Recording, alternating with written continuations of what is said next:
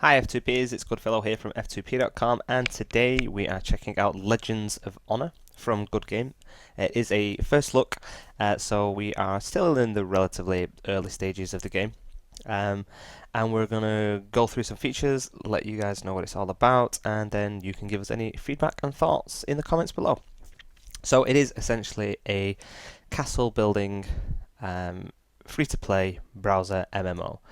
You gather resources, you got to manage your time, building up a castle, and essentially PvP. That's fundamentally what the game focuses on: PvP content, fighting against other players' castles. So you will gather resources, construct buildings within your castle, train up units, that kind of thing. So the game is from Good Game, and they've also done another game called Good Game Empire, which is, as far as I can tell, pretty much exactly the same game. Not quite, there's kind of slightly different features, but it is another castle building MMO where you expand your castle, you build up your defenses, you build up an army, that kind of thing. So I'm not sure where this lies insofar as the appeal to go with one over the other. Graphically, they are completely different, and one's kind of more cartoony, this is a little bit more serious looking, I guess. But as far as the graphics go, they're both very good. The level of detail on all these buildings and structures and stuff is pretty cool. So I'm kind of not going to kind of talk that down or anything like that. So we're going to go through the basics of the features. We've done the tutorial mode. We've had a little play around. We've unlocked some features and stuff like that. So what you essentially start with is an empty castle, and this is your castle walls, and there's nothing here. It's all this kind of area, and one by one you get to construct different types of buildings. So at the moment we've got constant quests coming through, and this is telling us to upgrade the armory, but we'll do upgrades in a minute. So we can build different production buildings. We've got different civic buildings, as you can see. Different military buildings, decorations which increase your happiness, which improves your castle's efficiency, and then ways to expand. So that basically gives you more room to build in. So there's quite a few different buildings to kind of keep you occupied with. Not hundreds, not a whole ton of them, but enough. So what we could do, we could build a woodcutter's hut, and then you can see with the green outline that we can kind of place it there, but if it goes onto the red, then that means it's not in the right place. So interestingly, or interesting, I don't know if it's interesting, the size of these buildings is pretty much exact, so that they all fit in really kind of precise with each other. So anyway, when you construct something, there you go, it's taking up some resources, and that's what it's going to use. And I'm not entirely sure what the speed is. It might be underlying. If it's sub 10 minutes, then you can complete the construction instantly. So once you've built something, you can also click to upgrade it. So this is currently a level 1 woodcutter's hut, but we've got upgrade the armory to level 2. So that's taking us to the armory building here. Click this little button and it will start upgrading it. We can upgrade instantly for free. I don't know why you would choose that one over that one. I guess once you get to the higher levels, it'll say upgrade instantly for 1 gem or 2 gem. And gems are these up here. These are the premium currency that you've got. And so you can buy them with real cash, or you can earn them through gameplay. So this is how long it would take to build without the upgrades, but currently without the instant gem upgrade. But currently this isn't costing us anything, so for now it makes sense to just do it straight away. So we get XP, we get some units, we get resources. So that's for completing the quest. And again, we've got another one here. Farmhouse, upgrade it to level 3. That's again going to cost us 0 gems. So the early portion of this game is very much just kind of building the same things, and it is a little bit tedious, I'll be quite honest. It's not the most inspiring gameplay, because you're just having to do things for the sake of doing them. So we have to put this up to level 3, And as you can see, that increases our tax income, so that gives us more coin, but it does decrease our happiness value, which is here. So it's currently at 104%, and the lower your happiness, obviously your population starts to produce less resources and that kind of thing. So again, upgrade instantly for free, construct house level 3, so you can keep doing this. Oh, that gives a different quest, and yeah, you can be doing these all day long because they cost nothing. And for me, it is pointless. It's a pointless task because all it is doing really is making me spend time in the game doing things that just aren't fun whatsoever. You know, if it's free and instant to get these buildings up to the rank that these quests require, then either have them take longer from level 1 and level 1 buildings be more meaningful, or just start them all at level 5, because that's all I'm doing at the moment. That's all you would be doing if you were playing it anyway. So as far as gathering resources, you've got a stone quarry that gives you stone, obviously. You have the woodcutter's hut that gives you wood. You have farmhouses that give you food, and the food is used by your units, which we'll get to in a moment. Basically, your standing army will use food. There you go. It's showing the consumption per hour. I'm not sure whether your population actually use it as well. They may very well do. But your units definitely do. So you need to keep food coming in to keep your army going. And so the easiest ways to acquire resources are through these 3 different production buildings. You also get it from completing quests, as you've seen. You get it from fighting enemies, whether AI rivals or real players. One of the things that you have got with this game, which I actually quite like the idea of, so you've got these mountains on this side, and you can see a little pickaxe comes there, and you've got a forest on this side with a little axe. And if I click it, then I get 1 wood, and you can see it going up in the top right. So, you know, if I need some extra resources, then I can get it up. So obviously I'm maxed out because I've not got enough storage, which is one of the buildings that I need to level up. And I need to level up my keep, which gives me access to new. So I need to level 14 before I can level my keep up.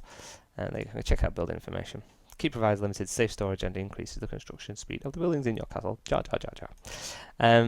So this is quite cool, being able to click open once you've got more storage. The thing that I find interesting is that this is a browser-based game, and this is just a left mouse click. Obviously, it's not giving me anything now because we're maxed out.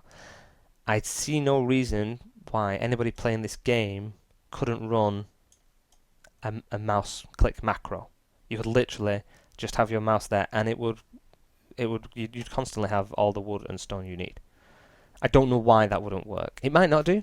It's not something that I've tried, but I see no reason. I mean, it works in kind of most other games. So anyway, so here you go. You got resource merchant, and you can spend gems to buy extra resources. So 170 gems, which is a hell of a lot of gems, realistically. So let's have 170 gems. This might open a separate window. There we go. So 170 gems. Okay, so it's not a lot. So 1500. So yeah, that's kind of like 10 cents or something. And let's try and switch back. No, wrong one. Oh dear. I think I just closed it. I don't know. Let's stop the video and find out how to do that. And we're back. So the joys of playing a browser-based game. It was open in a new tab. I couldn't alternate.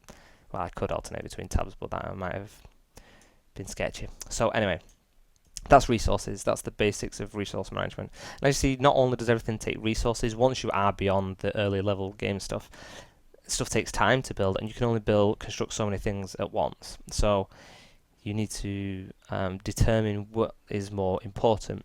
And you may be conscious that this game, in comparison to others, I'm a lot more conscious about my voice because there's no music or sound in the background. I don't know whether there just is none or whether I can't find it. I mean, in the settings, you've got options. That's the only options you've got to change your password. And then we've got customer support, forum, zoom in, zoom out, log out. So that's all we've got at the moment. So there's no sound, no music, nothing ambient or anything like that, which is fine. I think with these kind of games, you kind of play them kind of on the side anyway. You know, maybe while you're doing a bit of work or something, you just got it open in a separate window. But anyway, so we've got this special offers. There you go. This is stuff. Buy at least 1,000 gems now and receive rewards worth 7,000 gems. So I'm not going to buy any gems, but thank you very much for the offer. So that's construction. Let's go to recruiting units. So this is building up your army. So you've got level 1 armed peasant. When you reach level 2, you unlock the axeman. So the archer and the horseman are also level 1 units. You unlock this when you reach level 2.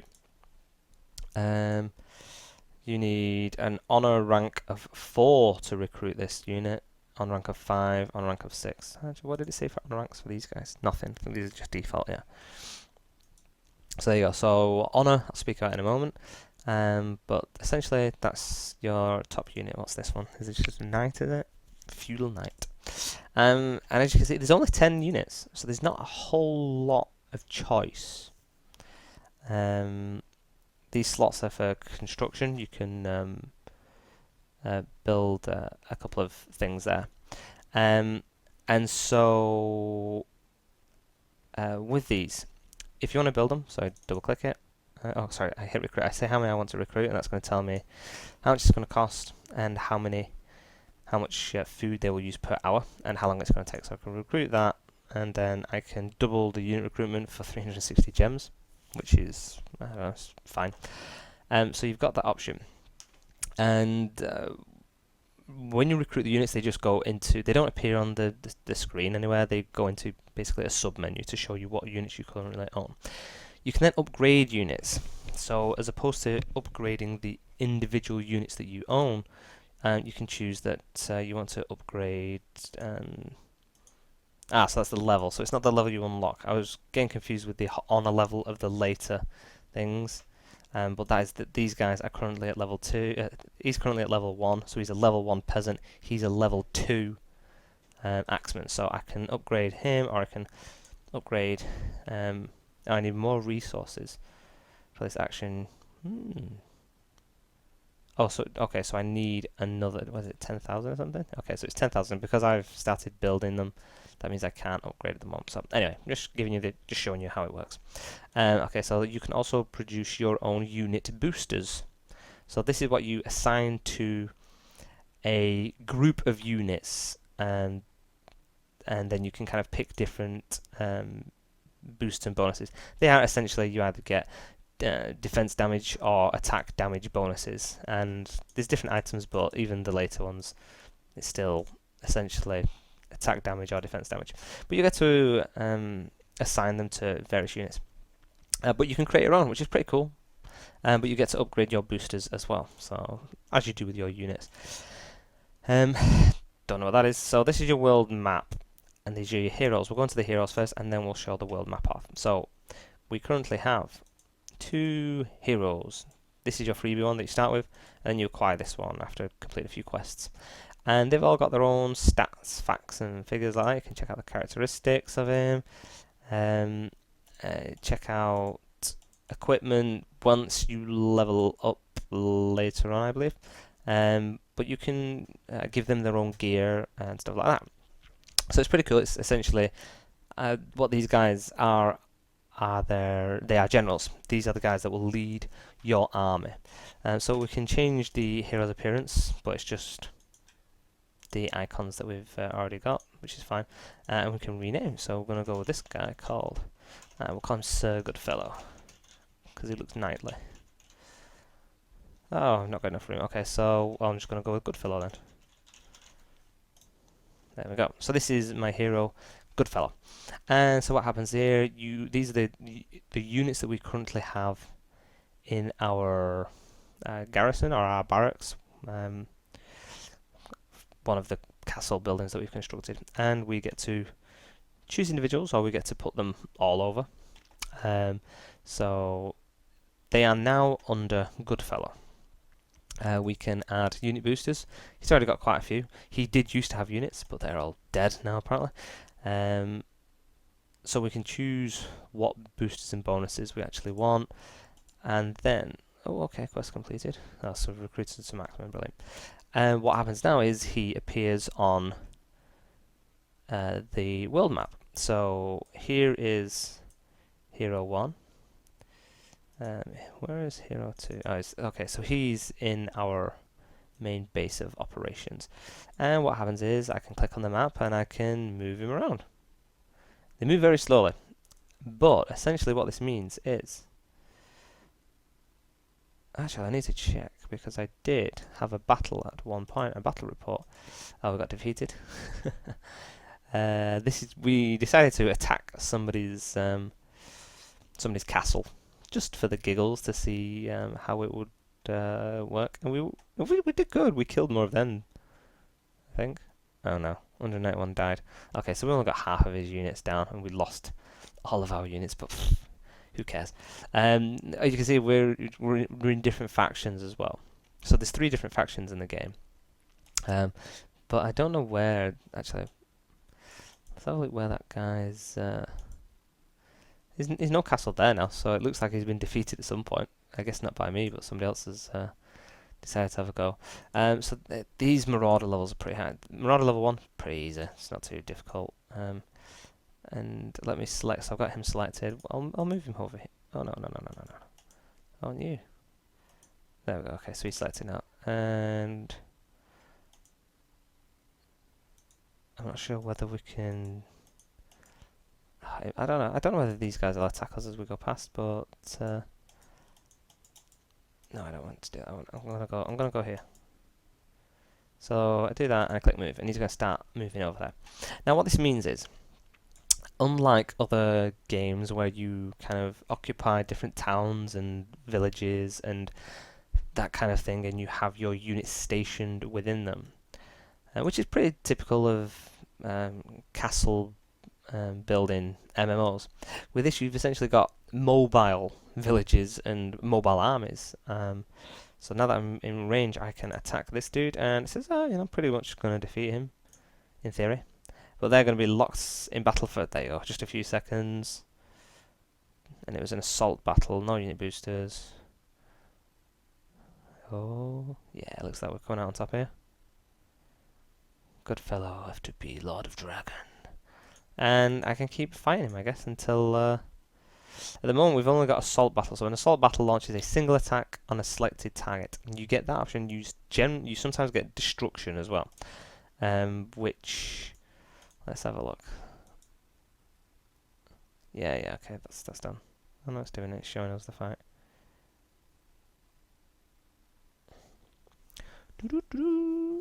Huzzah! Victory is mine. And there you go. So it's showing me the messages as well once I've actually won the fight. Spoils of war. So like I said, you get resources from fighting enemies. And we are essentially kicking the snot out of them because they're level 1 marauders. So I wouldn't expect anything different. So we could keep attacking, and I guess it'll destroy him. So, well, I might as well fight to the death and just keep fighting. Oh, you're trying to get away. No chance, son. So you see, even they move around. It isn't just a case of, they're static and we come to them, like you would have with villages. These are wandering marauders, barbarians, whatever you want to call them. How have they still got people left? Come on. Yeah, assault battle. And then we're going to attack Baal Dark Elves. That's gotta be it. There we go. I think that's everything. I think we've killed them all off. Huzzah! Okay, so now we'd probably send him back home and re-equip him, give him some more units. Now, sorry, you have to select him first. Now with this dude, oh, that's Baal. It's Baal himself. Let's go and attack Baal. I'm gonna go and fight Baal.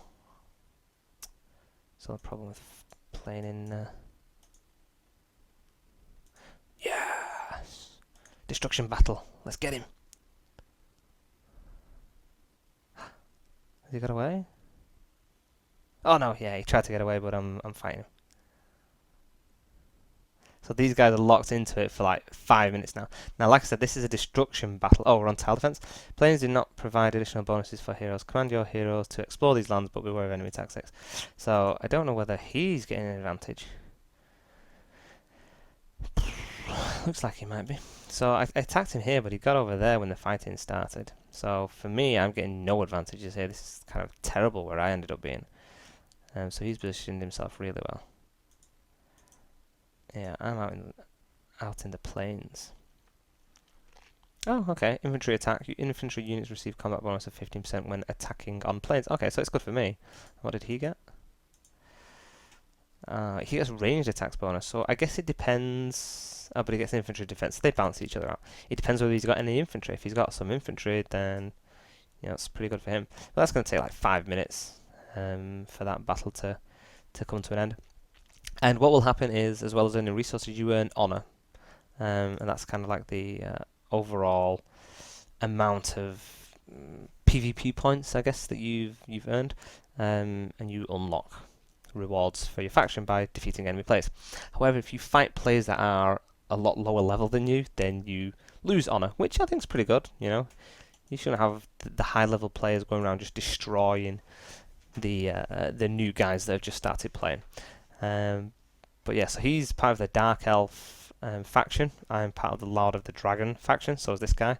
So we're allies. This guy's way too close to our house. He's demons. So this isn't a faction. This is an alliance that we joined. Lord of Dragon. That's what. When you could jump into the game, it says, "Oh, join an alliance. Here's one that we suggest," based off the faction choice that we'd made.